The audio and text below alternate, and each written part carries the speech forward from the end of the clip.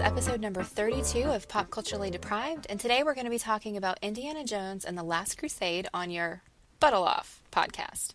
I'm Mandy Kay. And I'm Matthew Vose.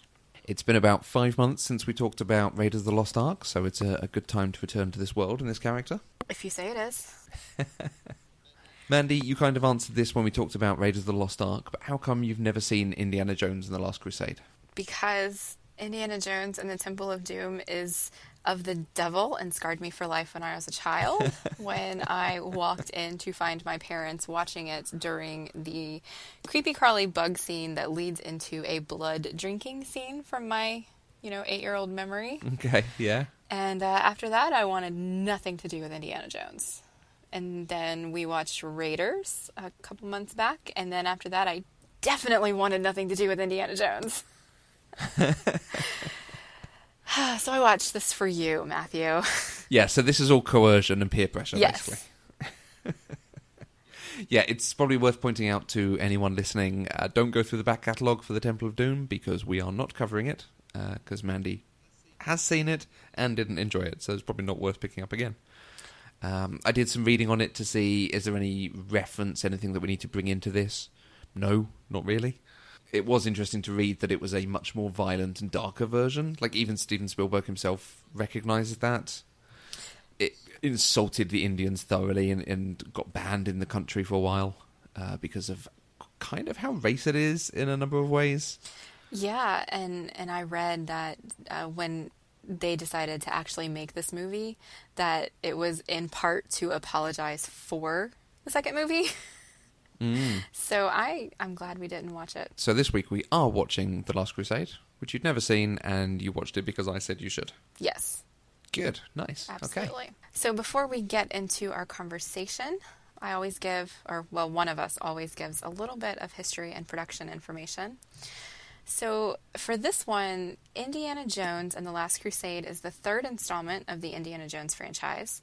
While it's not actually a prequel because the main events do take place 2 years after Raiders, we do meet a young Indiana Jones, played by River Phoenix, and see an event in his life that helps shape his future life and adventures. Released on May 24th, 1989, the film earned $474 million with a $55 million budget. And even though Temple of Doom had mixed reaction, Spielberg decided to complete the trilogy he'd originally promised. Last Crusade toned down both the gore and the violence. Several scripts were considered before Jeffrey Boehm's rewrite of an earlier draft was finally chosen. We almost had ghosts, a Monkey King who forced Indy to play chess and incinerated the loser, as well as another Nazi bar and the Fountain of Youth. The trailer for Last Crusade debuted in 1988 with Scrooged and the Naked Gun. A tie-in novel written by Rob McGregor was released in June 1989 and ended up on the New York Times bestseller list. The movie itself was nominated for 3 Academy Awards: Best Original Score, Best Sound, and Best Sound Editing. It did win for sound editing. Now, if you haven't seen it, which this is one I really anticipate most of you have seen, this movie is about when Indiana Jones's dad suddenly goes missing while pursuing the Holy Grail. He must follow in his father's footsteps to stop the Nazis from getting their hands on the Grail first. You seek the most holy grail. All right, looks like we're going to have some impressions from Matthew in this one. Well, we've already covered a very good Holy Grail film. Right. Okay, I'm going to pretend like that one just never happened. Mandy, how did you watch Indiana Jones and the Last Crusade? All of the Indiana Jones films are available on Amazon Prime in the United States, so I did not have to pony up any extra cash for this one. None of them are available over here on streaming, on Sky, on anything. So I want to give a shout out to my friend Dave, who lent me his DVDs of this. So you also did not have to pony up any cash for this one. I did not have to pony up any cash for this one. I'm sure it was. I looked through the list of upcoming films to make sure I had them available, and I'm sure in June it was available. And then I came to it a bit later and it wasn't. So oh, okay. I had a sudden thing of like, Dave, you've still got that on DVD, haven't you? Can I steal it? Yay for friends who let us borrow things. Yeah. Thanks, Dave. You probably had quite a few expectations for this, so what did you think you were going into in watching the film? Well, if you guys did listen to the Raiders episode, you know that I feel very, very, very strongly that Indiana Jones is a really terrible human being. I hated that movie and I hated that man. And so I came into this expecting to hate the movie and to hate the man. We don't really need to cover the background of the characters and the actors and the production team, because we did that on the last one. It's mostly all the same people. So have you enjoyed watching the film? In a very shocking turn of events, I have to admit that I did enjoy this one. Hooray! You guys, nobody is as shocked as I am that this is a movie that I liked. Yeah, I cannot believe how thoroughly engrossed I was by the movie, and I did not find myself screaming at the screen. Other than, there were one or two things, but they were more done, I think, because the movie was very aware of itself than being serious, I think. So yeah, I did. I enjoyed this one. I did not despise Indiana Jones in this one. It's pretty great. Which helps. Yeah. Yeah, I would like to gush for a little bit. I think this is one of the great action-adventure films, certainly for a younger audience. It's so accessible. You could see the growth of him as a character from youth to actually being Indiana Jones. He's fighting for good all the way through this. He's making good decisions. And it's interesting to look at the dynamic. There's no distractions on it. When they actually do the action, for the most part, it's surprising. It does some interesting things with on the tank and shooting through people. The motorcycle chase is a little formulaic. It's what you expect. But by and large, as an action film, it's really good fun all the way through. Yeah, I can agree with that. It was definitely better than the action sequences that we got in Raiders. I think there was one bit in this one where I didn't quite understand that we weren't at the climax yet, and so I was thinking that the big scene with the tank and that fight right before Sala got all the camels and stuff, I was thinking that was the climax of the film, and so my thought there was, this is really kind of a boring fight to be the climax of the film, and so I was really glad when that wasn't it. But by and large, you're right, the action sequences were better. The practical effects were better. There were no melting Nazis in this one. Very which true. is nice. So I can appreciate it. The first thing that I really want to talk about with this one is that this is the third movie in the franchise, and this is finally when we get to see the journey that Indy took from child to adventurer. This started with a 13-year-old Indiana Jones as an Eagle Scout in, doing some kind of camping trip or whatever. And he comes across some bandits who are stealing this, precious artifact. And we learn right away that Indiana Jones was always the way that he is, because his instinct is they should not be stealing it because that belongs in a museum. So it's great that they found it, but they can't keep it. And I really loved that. And then we get to see his adventure in stealing the Coronado Cross from these bandits and, going on the train chase and just running from them. And he finally gets it home. And it was just a really nice story from his childhood for us to understand where he came from and why he does the things that he does. The two specific things I think that I would point out here are that I did not like where he got his hat from. I love his hat. I love that he wears this hat and it makes him kind of rugged and, I don't know, classically handsome in that rugged kind of way while he's doing his adventures. But the fact that he got it from the bandit kind of diminishes that for me a little bit. Okay. And the fact that he became this kind of adventurer to emulate this bad guy. And I don't know that he was actually a bad guy, but, he wasn't a good guy. That tainted the experience just a little bit, but I'm still not going to complain too much about what Indy looks like. Yeah, I'm not sure I have any thoughts on that particularly. I always quite liked seeing that he has this adventure and it's the thing that starts leading him to do stuff. As we find out over the film, in a very different way to his father, but where his father is all about the research, he's all about the getting your hands dirty and doing the Tomb Raider thing. Yeah. I think I'd never quite grasped that the bandit hunter dude with the hat is actually a bad guy. Well, I don't think he's a villain, but Yeah, he's the opposite of Indy. He's stealing the artifacts for profit. And Yeah, so the only way that I can think to categorize him is as a bad guy, because he's not the good guy. I don't know what else to call him. Is he the medium guy? The neutral guy? The capitalist guy? I don't know. I guess he's American, right? Because he's capitalist. Lawful evil, perhaps. Yeah, yeah. I like that he was so inspired to become who he is, but I don't necessarily like that he models his life after the guy that he was trying to defeat, for lack of a better word. That's all. Yeah. And then I just want to call back to the snakes, because when this movie started, and his friend was afraid of the snake and he just grabbed it and threw it away. And I was like, oh my gosh, he's not afraid of snakes. What happened? Because he's terrified of snakes and raiders. And then we find out why. And I would totally be absolutely terrified of snakes if what had happened to him on that train had happened to me. Yeah. And I really liked that they put it in there to kind of explain where his fear of snakes comes from, because that does seem like, an odd fear for an explorer to have. Because, when you spend a lot of your time in caves and in the jungle, you're going to encounter snakes. And so I appreciated that attention to detail.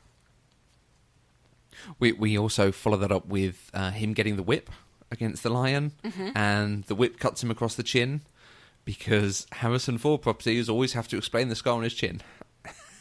For whatever reason, they always feel the need to, that's where he got cut as a child, that's where this thing happened. I don't think I've ever noticed that he has a scar on his chin.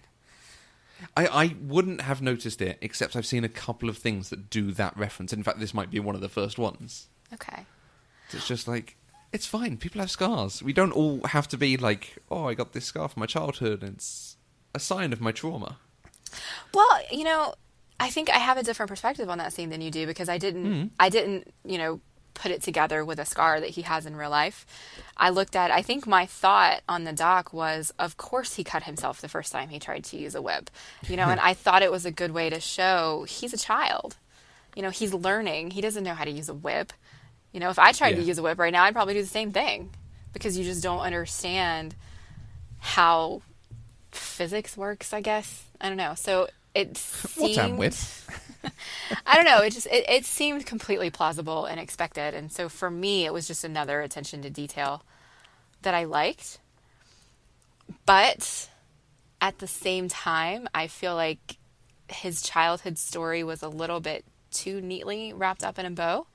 It sort of felt like it was a caricature of what his childhood would have been, because we've already met him. And so they just went and wrote an origin story for him that perfectly matched what we've already gotten, if that makes sense at all. So you're saying this George Lucas character, when they came to tell something about his previous time, is not done as well as it could have done, and not as nuanced and detailed as the later stories we get? Yes, I think so. Yeah, That's a better way. I'd agree with that on bloody George Lucas prequels. Bah. Okay. Nice way to bring some Star Wars into it. There were a few things that I had issue with, I think. Oh, yeah. Far fewer than I expected, but there were a few. We're not talking like Die Hard here, are we? No.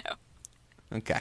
I find it utterly implausible that Indiana Jones walked into this library and deciphered all of the clues and found the tomb within 30 seconds when nobody in all of the history of time has ever been able to do it. That just made no sense to me. Yeah, given the size of the X that marks the spot. Right? Like, it's a damn big X. At some point, someone would have... I would have understood it more if it had been there's an array of chairs or tables on it and he just notices it and then has to scatter them out of the way. Right. Maybe. But this is just a big X on the floor. Right, and him having to climb the stairs to the balcony to overlook it to recognize that it's an X. When he's already seen it. Yeah, it's an X. It's an X. So, I mean, that piece I didn't like. I understand they had to do it to further the plot and to get them where he needed to be, but I feel like they could have done it differently. You know, he could have walked in and his father, who had already been in that library, could have already found it and then, got captured after that. And so they walked into a big hole in the floor. Yeah. I feel like that would have been more plausible.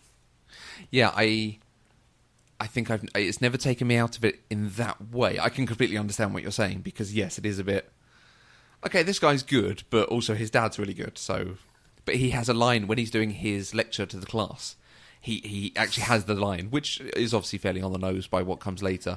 We do not follow maps to buried treasure, and X never, ever marks the spot. 70% of all archaeology is done in the library. Right.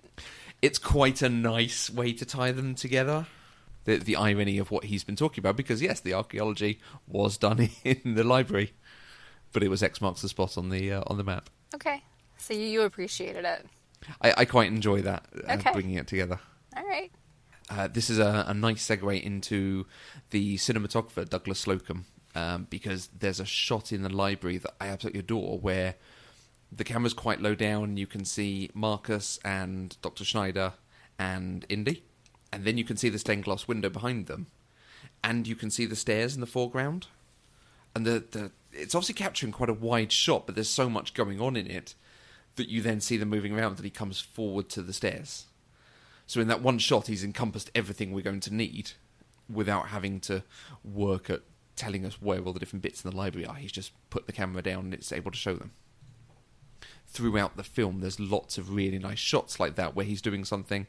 I think it's something where he's set the camera quite far back and then zoomed in to be able to get lots in frame and in focus at once. But Right. It's really well done.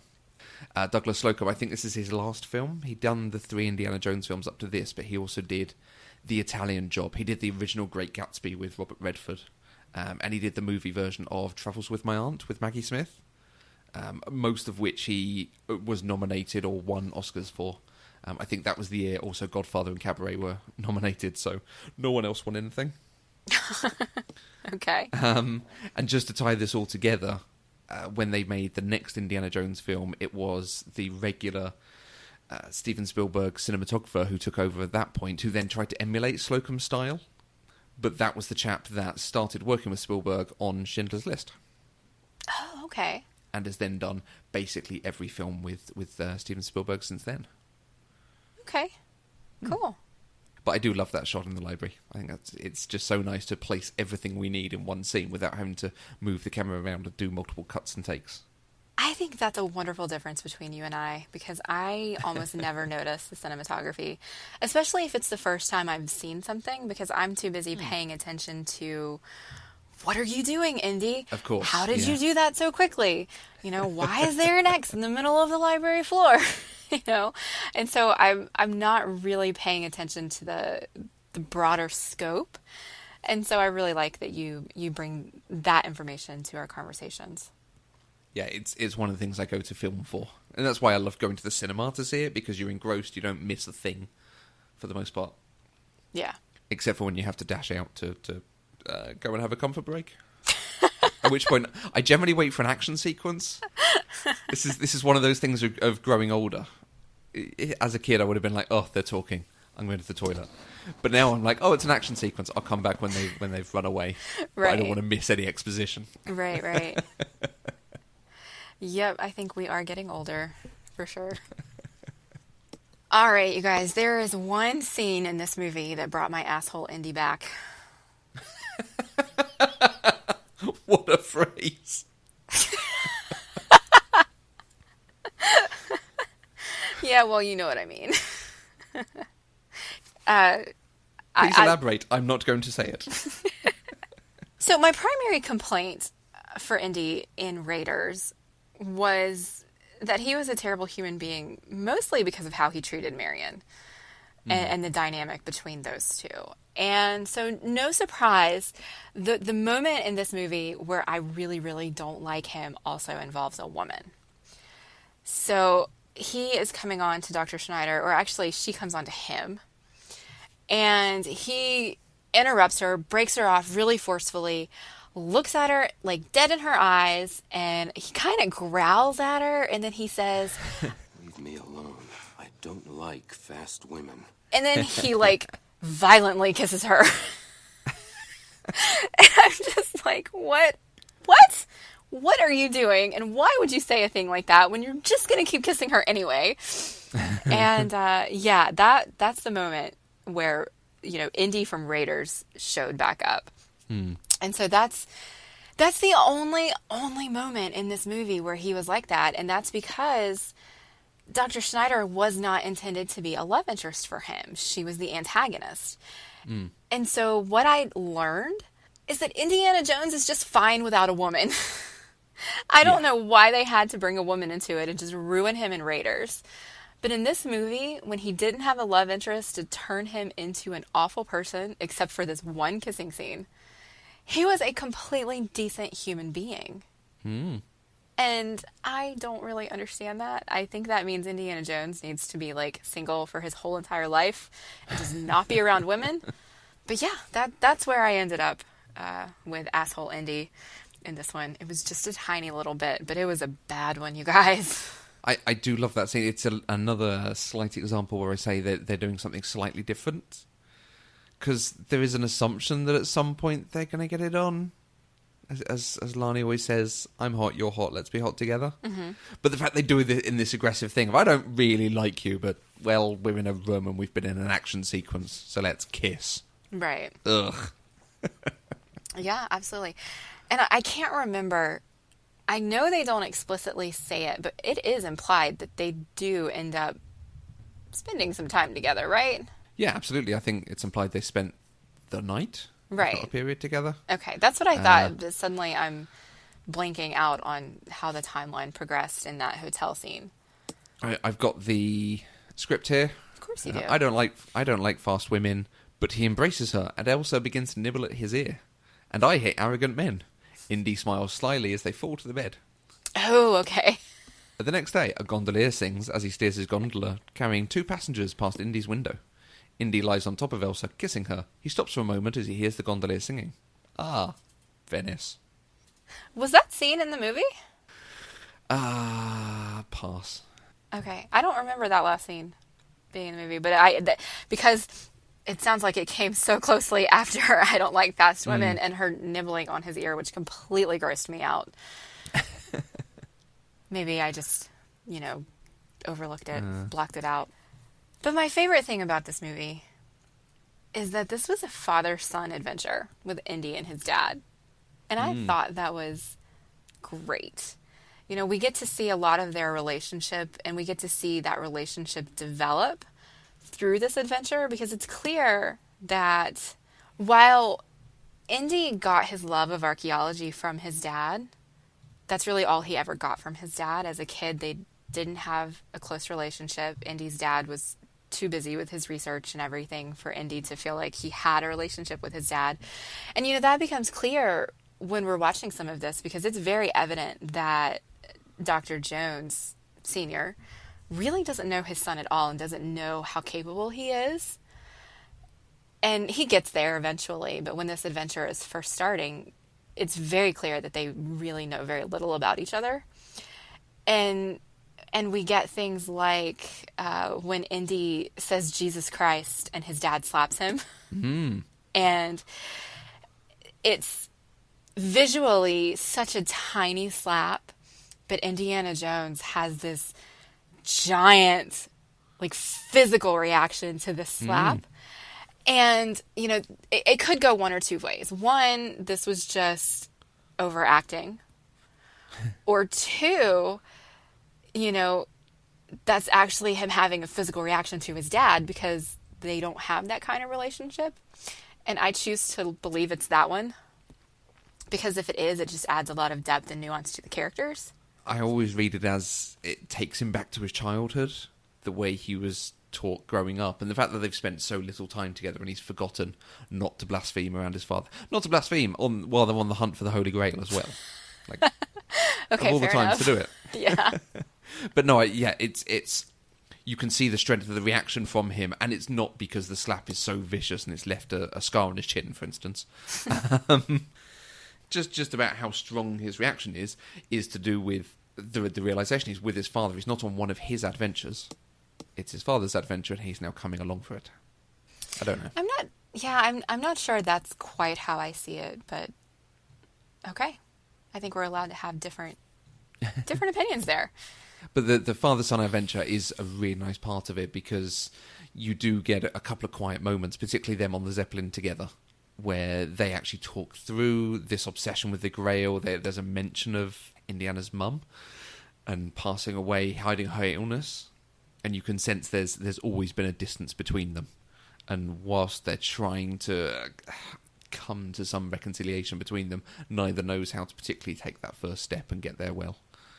Oh, I did not like that conversation they had on the Zeppelin. It made me angry for both really? of them, particularly for Sean Connery's character, because to me it read as if he was being insincere, and it felt very mocking of Indy and Indy's feelings. In that, well, you say we've never talked, so let's talk right now. What do you want to say to me? And he's not being open. He's not being kind. And so, of course, Indy's going to say, well, I don't know.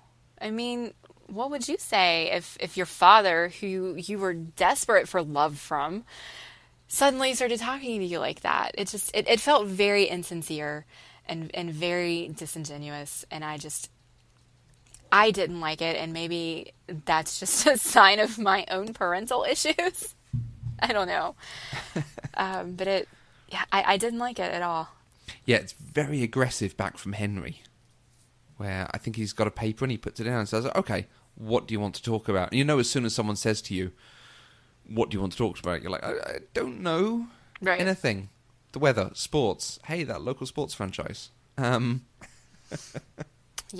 so it was just a little too aggressive for me. And for it to not have a resolution, I think made it worse. I mean, ultimately their relationship did have a resolution, and so that was good. But just in that moment, it didn't work for me. But that's okay. It didn't have to.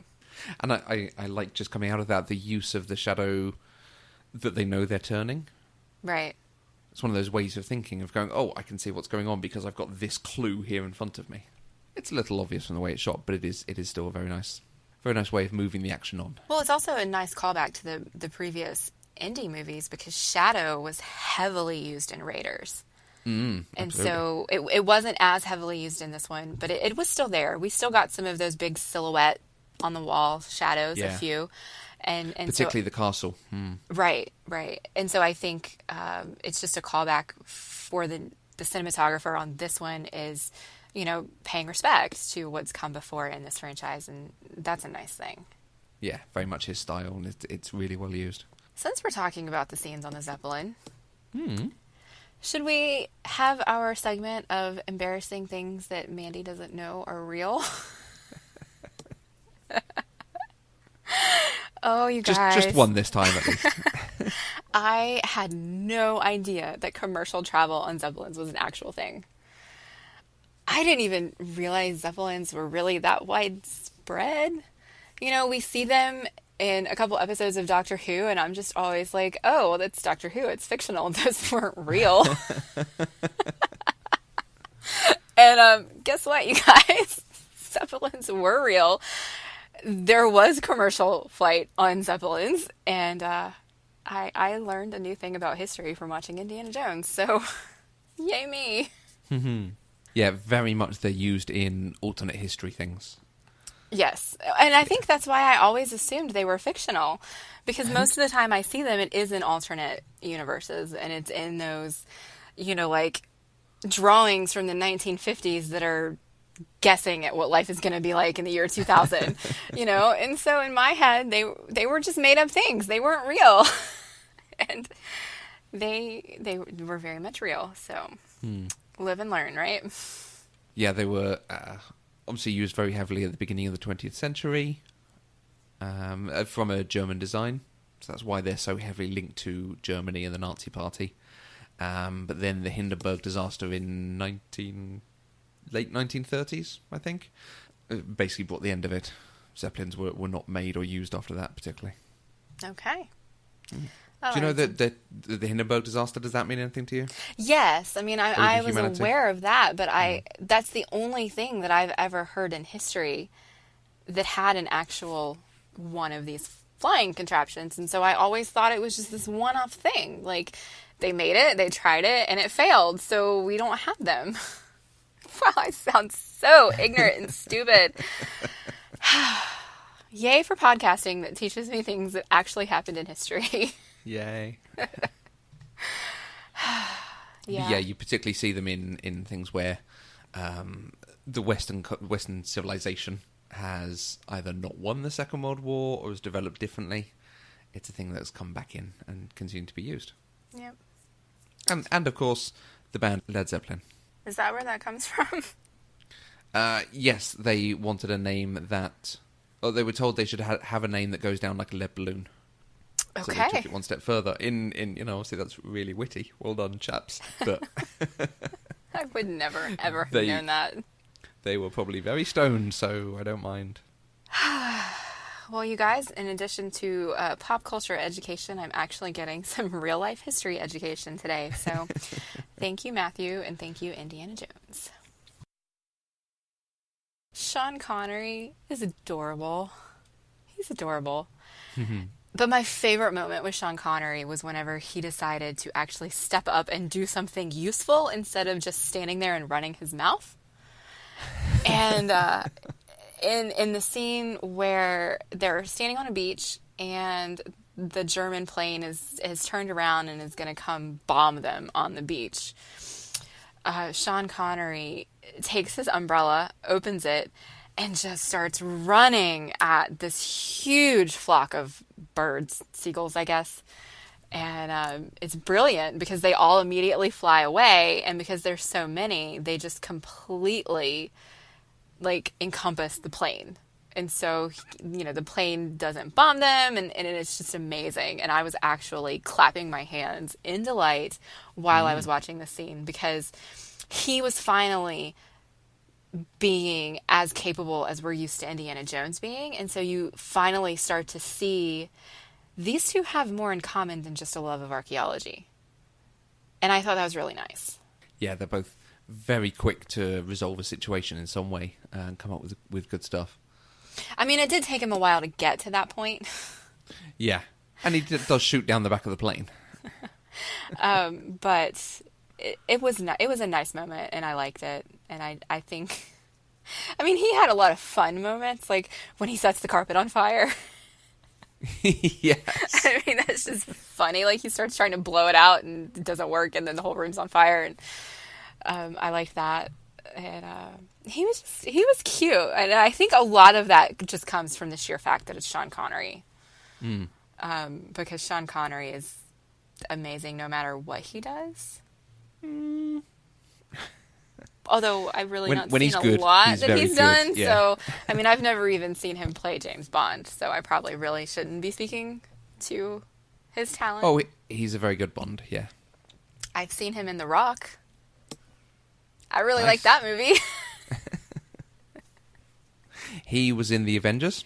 What? But not that Avengers. Oh, okay. I was what? There's a very old British series called The Avengers, and they tried to bring it back in the late 90s, and he's the villain in it. Okay. Yeah, it's not very good. I mean, the original series was good. Film, less so. Okay. What about you? Did you have some particular things other than the cinematography that you wanted to call attention to before we move into our favorite parts? I think the two that I definitely want to call out are the performances from our supporting roles. Julian Glover as Brody, doing the bumbling Englishman bit, is just so adorable, and particularly the way they talk about him. They have that moment of bigging him up and saying, "Oh, he's so good, he'll disappear, you'll never find him," and then cut to him going, "Hello, does anyone speak English?" Right. That cracked me up because I was listening to Indy talk about him, and I'm like, that is not the way they have set this character up to be. And so I couldn't quite tell that he was just talking big until they did that irony cut to him on the street. And it got better when Sala is like trying to talk to, I don't even remember who, and like he keeps interrupting himself and just telling the other guy to run, telling Birdie to run, and then he's like talking all animatedly, and then he's like, "Run," and he's just not getting it. And that made me laugh. And yeah, absolutely. Salah, I said he was the best thing in Raiders of the Lost Ark. He's not. He's used with a very light touch in this. He's not in it too much. But John Rhys-Davies is, again, truly wonderful. Every moment he spends on screen, he is fun, and he's got good lines that he delivers well. Where the car's blown up, that was my brother's car. See, and I don't even remember that line. What's the moment when they're spying and Indy says, "Oh, we're far enough away, they can't hit us," and then the car behind them explodes. Okay. John Rhys-Davies just goes, That car belonged to my brother-in-law. Okay. and I like that. Yeah, he didn't have any moments in this one as good as his funny moment in Raiders that I liked so much No. when the dragon, the stone dragon and the crypt appears and he just gets so scared and it's like, ah! He didn't have any moment as good as that one. No, absolutely. But I did appreciate him. Because he did bring most of the comic relief in this one, the camel thing. Mm. Like, I don't know For why my he brother's needed car. camels, but he needed camels. And What? He got the camels to pay his brother back for the car. oh, okay. All I was thinking was, no, don't go get the camels. And then he went and got the camels, so... And just to wrap up on Julian Glover, who played Marcus Brody, he's been in a few Doctor Who's in the past. He was in the original series of the Avengers that Sean Connery film was based on. Mm-hmm. But he is also Grandmaster Pycelle from Game of Thrones. Oh, okay. Mm. Okay. It's nice seeing someone with quite a span of career, and you see him coming in and playing these different roles as he goes through. Yeah. Yeah. That's pretty great. A bit like Sean Connery, to be fair, who moves from playing the hero, going to the hero's dad, and then the hero's friend or mentor. And Right. Except he retired. he did, after the League of Extraordinary Gentlemen. Yeah. Which is not on the list. No, and I have not seen it, so we can put it on No, the and we're not list. going to see it. Oh, we're not going to see it. Okay. It was bad. Okay. I remember wanting to see that specifically because it had Sean Connery in it, and then I never did. Yeah, it's a good idea. I hear the comic is extraordinary, but the film was not good. So the League of Extraordinary Gentlemen comic is extraordinary? Possibly so. Okay. Yeah. The film is ordinary. Okay. Mandy, what were some of your favourite things from this film?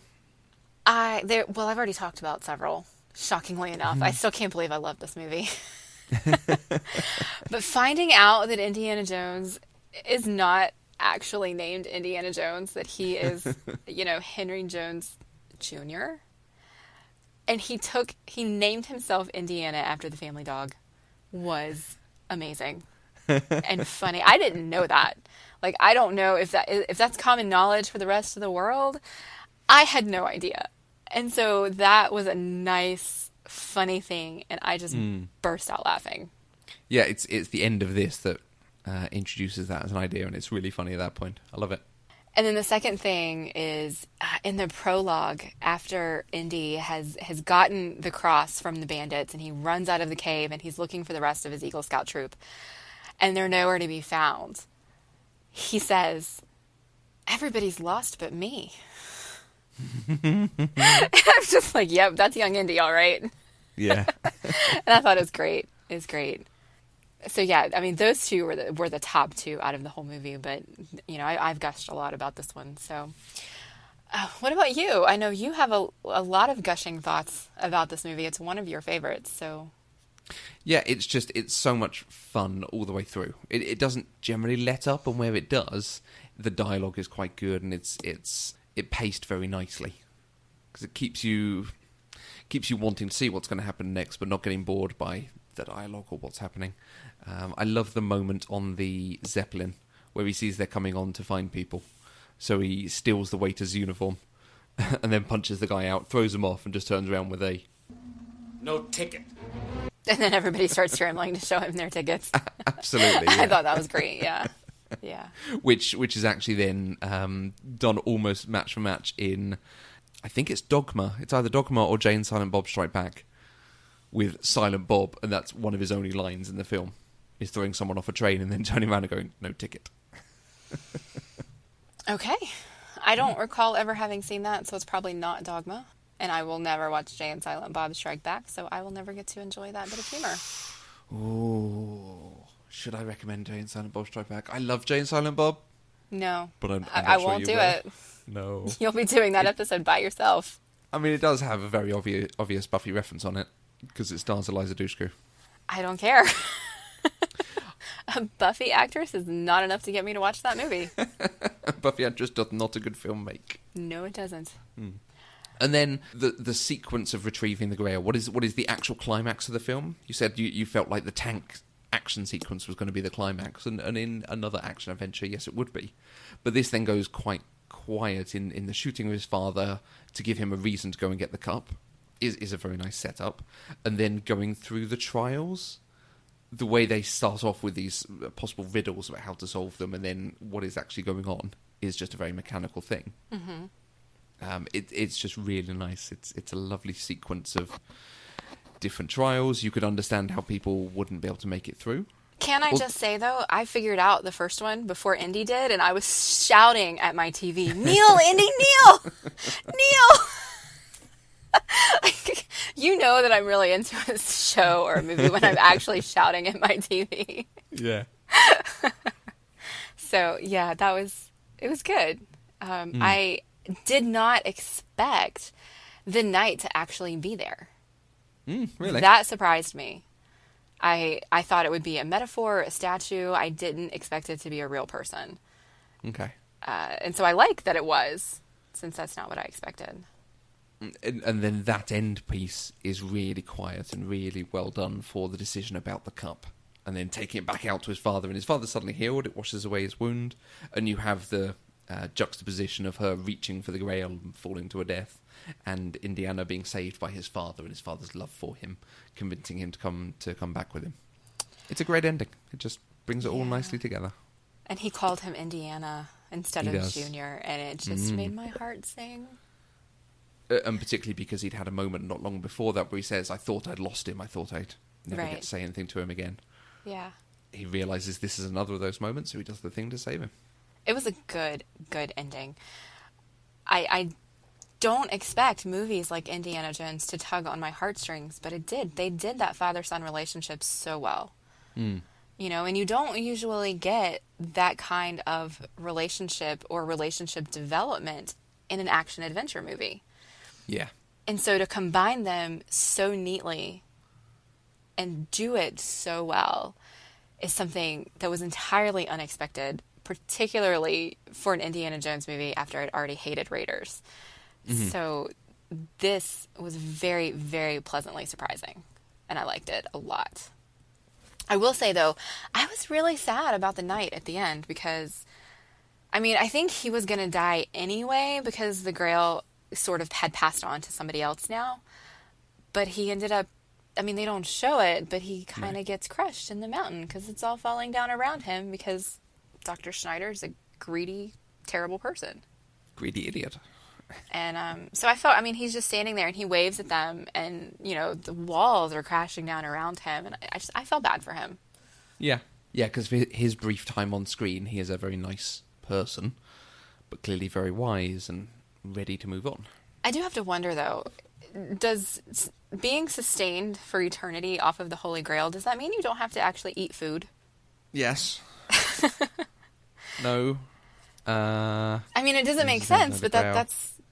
I guess, I mean, that's just in a detail they didn't pay attention to, but there's no way this guy's had food for the last 1,000 years.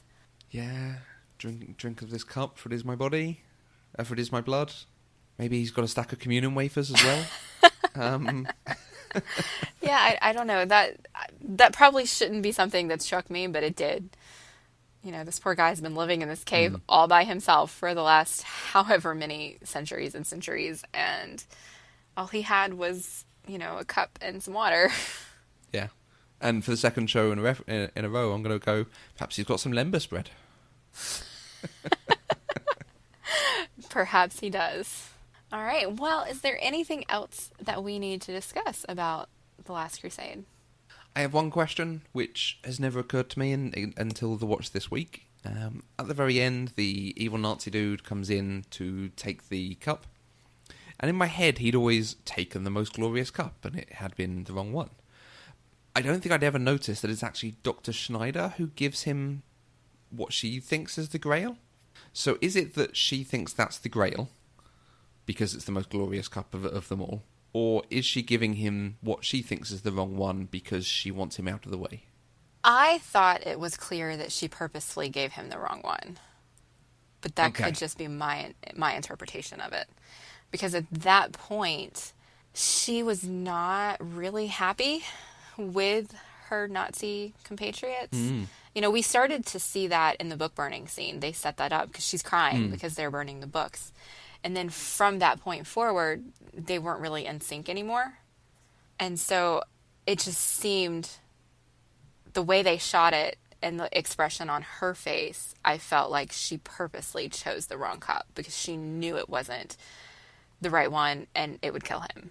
Yeah, this watch through, that's what I've taken away from it. But as I say, I'd never picked up on that before, and particularly, like you say, because she's a bit more of a nuanced villain, antagonist, does make it possible that she's doing that at the very least so she can claim the Grail for herself, if not get rid of the person who's putting them all in danger. Right. Well, and I think I did read it a little bit more that way, that Okay. she wanted the cup for herself, and so she was getting him out of the way.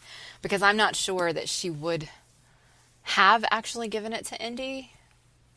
Or maybe she would have to help save his father because she was feeling bad, but still tried to take it, which she did still try to take it. Yeah. I'm not sure. But I feel very strongly that she did pick the wrong cup on purpose for the dude to die. And I quite like that as a moment. It adds a little bit more depth to the film for me. Good. Okay. There is another Indiana Jones film. He says... No, there's not. Through gritted teeth, yeah. No, there's Gritted- not. Yeah, no. Even You I don't know want- enough to say no, there's not. And it's really funny because, again, did a bit of research on that, see if there's any comment I want to make. It was critically a mixed success. Commercially, it was a huge success. $750 million it made. So it did well, to the extent they are making a fifth one to come out in 2020. Really? That's so strange to me because I have not heard one single good thing about that movie. I feel like it made so much because so many people went to see it hoping it would be good. Yeah. And then universally what I have heard is that it's awful. I don't know. I mean, obviously I haven't seen it. I wanted to see it because it was, you know, a new thing. It had Shia LaBeouf, it had Harrison Ford, and I was just interested in that combination. But universally, every person I know who went to see it has told me it's awful and that it should not exist. Yeah. Yeah, it's not a good film. It does some very bad things in it. And there probably are good things about it, but it's just really hard to... It's really hard to enjoy it when there's so much badness in front of you. So we're not going to do that one, right? No. And if we're still doing this in 2020, we'll consider going and seeing the new one. Okay. All right. We'll work with that. We've got a couple years then. So moving out of Indiana Jones and the Last Crusade, we've had some lovely feedback from our When Harry Met Sally episode with Lonnie, Diane, Rich. Our first comment was from Nina Instead on Facebook, who had a funny story about When Harry Met Sally. I was in high school when it came out. One of my guy friends and I had a deal. On the Friday nights we didn't have a date or party to go to. Rather than sitting at home alone, we'd go out together. One Friday we went to see that movie. So awkward. Yeah, I can see that. Yeah. That would have been... like going and seeing a romantic comedy is probably not bad, but seeing one where they're discussing friends who watch a film together and then...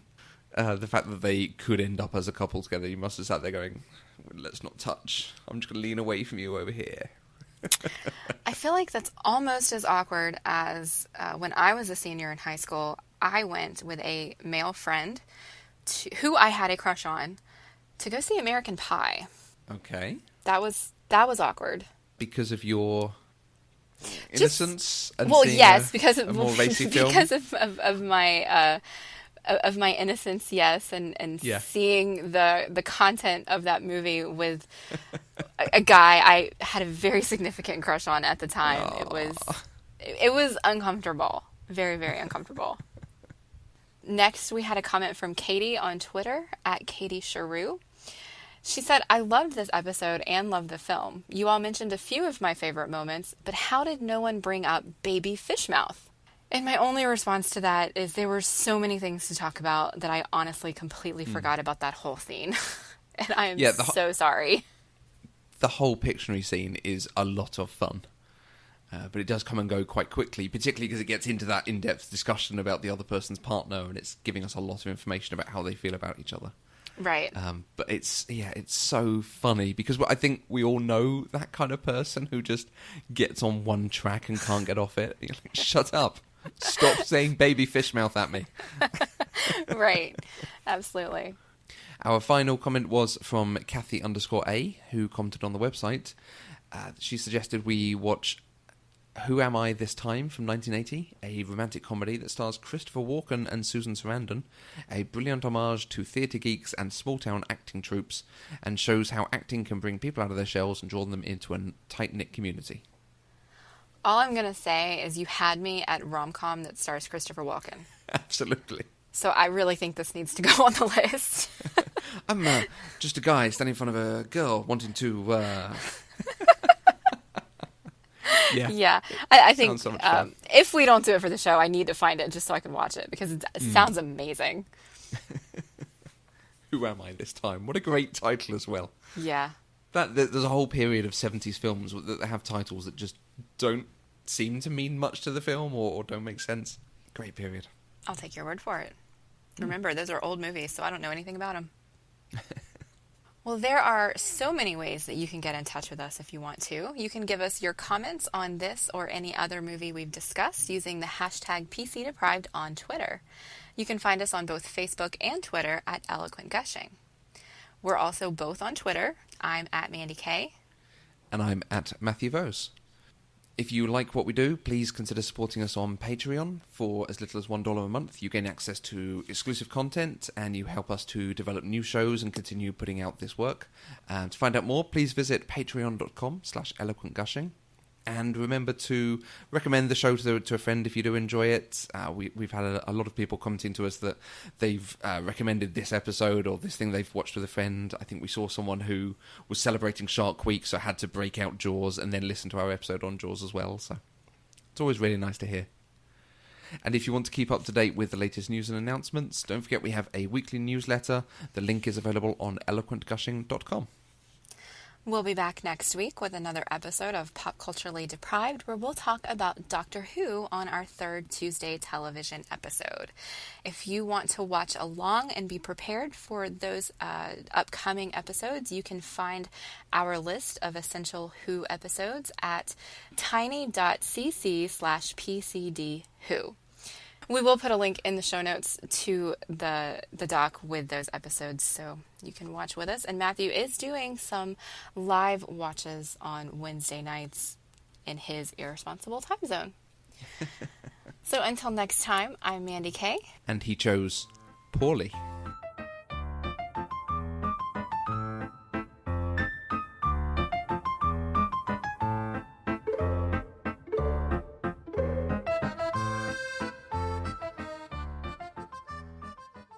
Pop Culturally Deprived is an Eloquent Gushing production. For more information, go to eloquentgushing.com or find us on Twitter at eloquentgushing.